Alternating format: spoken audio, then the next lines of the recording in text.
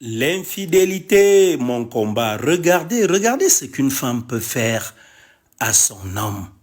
Regardez, il est en train de compter l'argent. Parce qu'elle a un amant dehors. Elle prend ce spray. Elle sait que le spray va endormir son mari. Elle fait venir son amant avec son ami. Ils prennent de l'argent. Donc ils prennent tout ce qu'il y a comme argent à la maison. Ils s'en vont. Elle sait qu'elle va les rejoindre. Regardez un peu combien de fois l'homme peut être méchant. Et regardez par la suite ce qu'elle fait.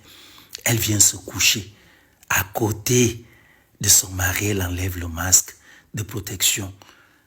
Elle le met sous le canapé.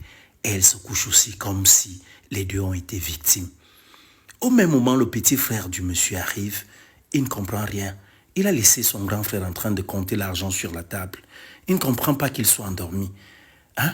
Et il secoue son frère. Celui-ci se réveille.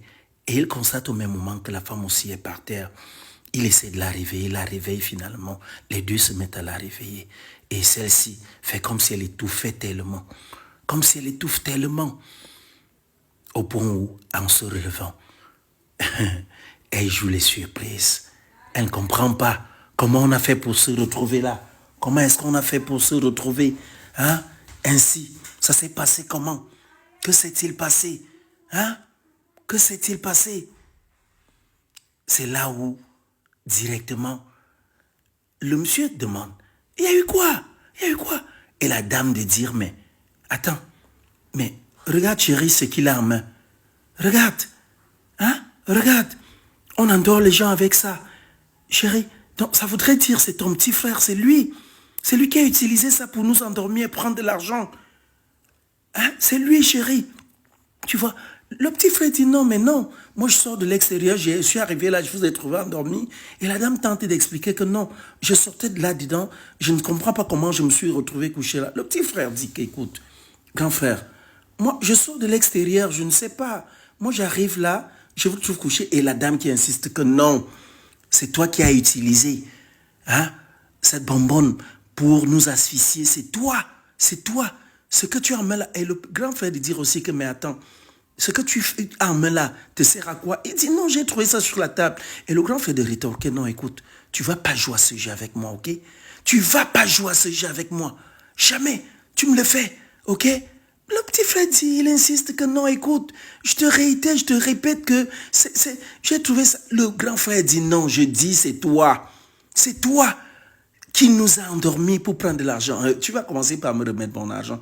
Le petit frère, écoute, je n'ai pas pris ton argent, je n'ai rien pris. Je suis innocent. Je te jure que je suis innocent. Franchement. Est-ce que vous voyez un peu à quel niveau certaines personnes peuvent atteindre la méchanceté? Parce qu'on est infidèle, on se retrouve en train de monter des coups contre son homme. C'est là où la femme dit non, il faut l'arrêter, c'est lui. Il faut qu'il remette cet argent, c'est lui qui a pris cet argent. Sincèrement, le grand frère dit franchement, je veux mon argent. Tu ne peux pas faire ça, tu ne sais pas comment je travaille si dur pour l'avoir. Après, le grand frère dit, ok, il n'y a même pas de problème. Vous savez quoi? Restez tranquille. Restez tranquille. On va faire simple. Je saurai qui est mon voleur tout de suite. Le petit frère a beau s'expliquer. Le grand frère dit, non, ça va. Je dis, on va faire simple. Comme tu nies que ce n'est pas toi, il n'y a pas d'ennui. Restez tranquille. Ce que vous ne savez pas, c'est que j'ai installé des caméras dans cette maison. Je les ai installées. La femme dit quand? Attends, tu as installé les caméras quand? Il dit, ça fait pratiquement 2 semaines. Et tu as installé les caméras sans me dire comment? Non, j'ai installé les caméras, donc il n'y a pas de problème. Comme il tarde à dire la vérité, nous allons l'attraper. C'est lui, oui chérie, c'est lui. Il dit, ok, pour commencer, je ferme ma porte. Ok? Je ferme la porte. Le petit frère dit, attends, j'ai pris l'argent à quel moment? Il dit, ok, attendez, mon téléphone, il est où? Où est mon téléphone? Le voilà là-bas, ok. Il s'en va, il prend son téléphone et il dit, ok, où est la télécommande? En fait, il va mettre les images à la télé. Ok, restons tous là. On va voir qui est le voleur.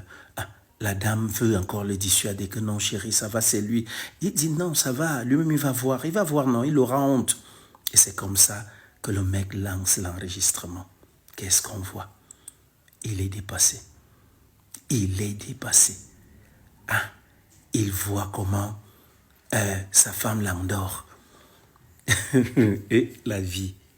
Sa femme l'endort. Ensuite, elle s'en va. Hein? Elle ouvre la porte à son amant et son beau-frère qui viennent prendre leur part d'argent, donc prendre tout l'argent et s'en aller avec. Elle sait que non, une fois partie, elle ira les retrouver. Le petit frère dit, grand frère, ce n'est pas ta femme là-bas, ce n'est pas elle là-bas. Elle sait qu'elle doit faire quoi? Elle sait qu'elle va commencer par où? En toute honnêteté, je vous pose la question. Le genre de femme-ci, dites-moi mesdames et messieurs, on fait quoi d'elle? Le genre-ci, elle finit en prison ou bien on la laisse simplement partir? Honnêtement, dites-moi ce que vous pensez de cette vidéo. Quand l'infidélité atteint l'extrême, c'est ce que ça donne. Voilà le petit frère à quel moment lui il est entré, les deux étaient déjà couchés. Quel justificatif pourra-t-elle apporter ici pour pouvoir convaincre cet homme? Regardez, franchement, dites-moi, vous à la place de ce monsieur, que feriez-vous? Et franchement, vous-même, si une femme pareille est à vos côtés, qu'est-ce qu'on doit faire d'elle? Dites-moi.